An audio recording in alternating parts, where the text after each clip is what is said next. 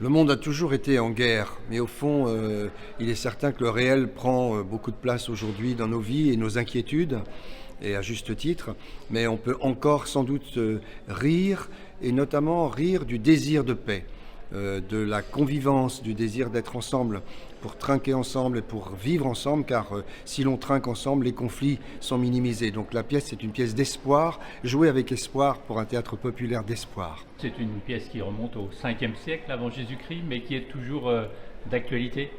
Je pense qu'elle est tout à fait d'actualité, intemporelle.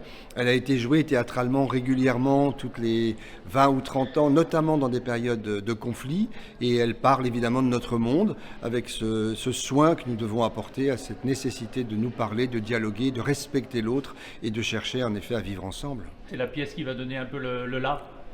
Alors, c'est l'ensemble d'une saison qu'il faut composer pour ne pas faire que se divertir, par exemple. Il faut aussi regarder la réalité, mais pas seulement, et pas d'une manière qui nous appesantit, une manière qui nous sidère. Il y a beaucoup d'objets de sidération dans nos sociétés. Je pense que donner l'espoir, donner la joie, partager la joie sur un plateau, colore un geste d'activité et de capacité de reprendre en main un destin.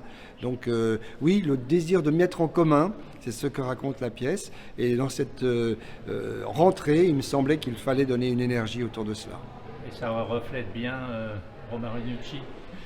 Je crois que ça me ressemble, dans un désir de partage, d'éducation populaire, de solidarité, d'émancipation aussi, pour permettre de réfléchir ensemble et collectivement à notre devenir qui, ma foi, est très incertain, mais qui ne doit pas nous empêcher de vivre et surtout de garder espoir.